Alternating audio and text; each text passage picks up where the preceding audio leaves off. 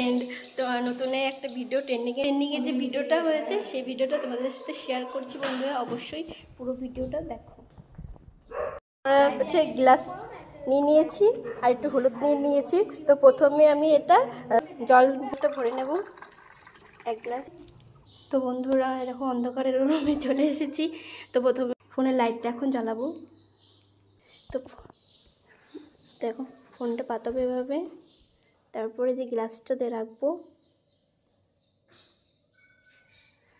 দেখো বন্ধুরা হলুদটা দেবো এর মধ্যে। তো এই যে হলুদ দেখতে পাচ্ছ, তো এখনটা এটার মধ্যে দেবো।